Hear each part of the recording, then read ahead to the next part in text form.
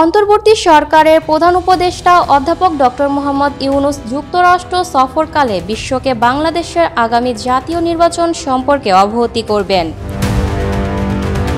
মঙ্গলবার 23 September new ইয়র্কে সাংবাদিকদের ব্রিফিংয়ে এ তথ্য জানান প্রধান উপদেষ্টার প্রেস সচিব শফিকুল আলম। প্রেস সচিব জানান, প্রধান উপদেষ্টা 26 সেপ্টেম্বর জাতিসংঘ সাধারণ পরিষদের 80তম অধিবেশনে ভাষণ দেবেন।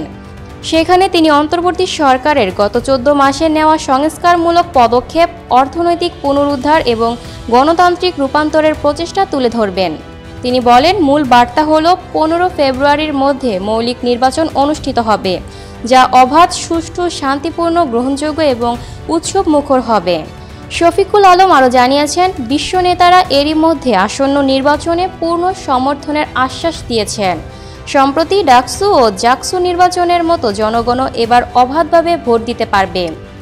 এক প্রশ্নের জবাবে প্রেস সচিব জানান, প্রধান উপদেষ্টা জাতিসংঘে তার ভাষণে সরকারের কার্যক্রম, নির্বাচন প্রস্তুতি, বিচার কার্যক্রম এবং রোহিঙ্গা ইস্যু তুলে ধরবেন। আরেক প্রশ্নের জবাবে শফিকুল আলম বলেন, অন্তর্বর্তী সরকারের সঙ্গে রাজনৈতিক দলগুলোর কোনো দূরত্ব নেই এবং সরকার নিয়মিত তাদের সঙ্গে বৈঠক করছে।